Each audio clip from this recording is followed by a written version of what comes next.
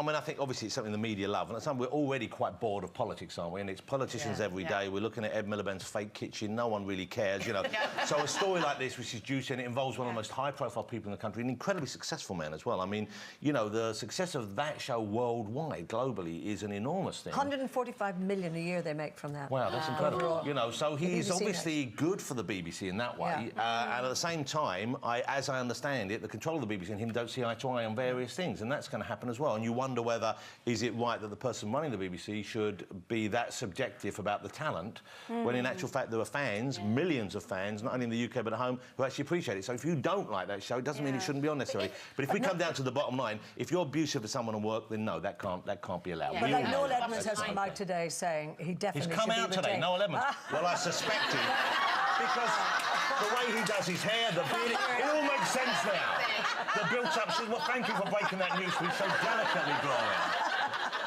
But he says, for example, that Clarkson definitely should stay. Well, OK, I don't think there's any definite in it because we don't know what happened. But if you're abusive to someone in the workplace, that's not OK. But whether or not that's an immediate cause, once again, not knowing fully what happened, it's hard to tell. But, I mean, you know, if you strike someone at work, no, you can't really carry on with that. But then there might be conditions there where you would say, OK, the other people might feel it was OK for you to carry on.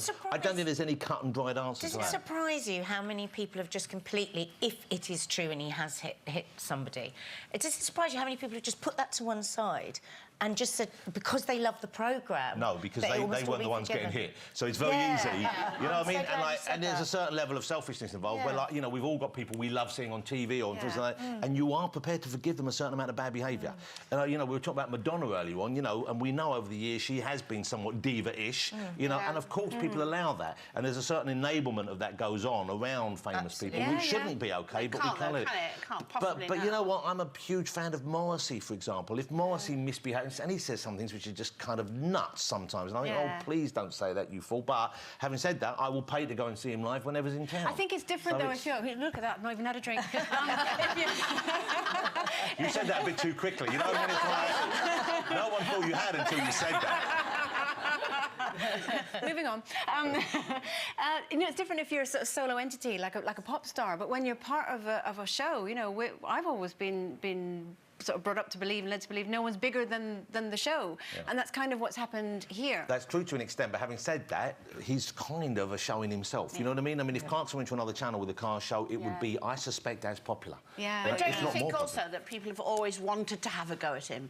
So they're waiting for something to have a go, and this is it. It's an easy target. Someone who's that high profile, who appears to earn... I mean, I saw a lot of comments on Twitter and people were mentioning his wealth, for example, were mentioning other things that he'd said in the past. Some things which have been taken out of context, perhaps, some things which he's apologised for, and you think, OK, you're either going to cut someone some slack and say, well, you said sorry for that, we're going to move on. He's done well. Well, who doesn't want to do well? But mind you, and he's done well with talent. That, you know, he's made that career for himself. But Jonathan has thumped a goat. I did, do you know, I was just looking at it right now. OK, well, it's hardly the same, though. I don't know whether... I don't think... But the goat, to be fair to me, the steak the goat bought me was cold, OK? It was... and he chewed some of it. I think I had... In your argument, it was self-defence? Well, it was an instinctive. This was years ago, and I was with my boy, who's 21 this week, but he was about 4, and we were in a petting zoo, and he was stroking the goats, and a bigger goat ran over and knocked him over from behind. Before I could think, I chinned it. Okay? I tell you what, though, I was kind of proud of that. And the goat went down. The goat went down. And the other goats were looking at me like, whoa, OK, back off, OK. Don't mess with him. What do you need? You're the daddy goat.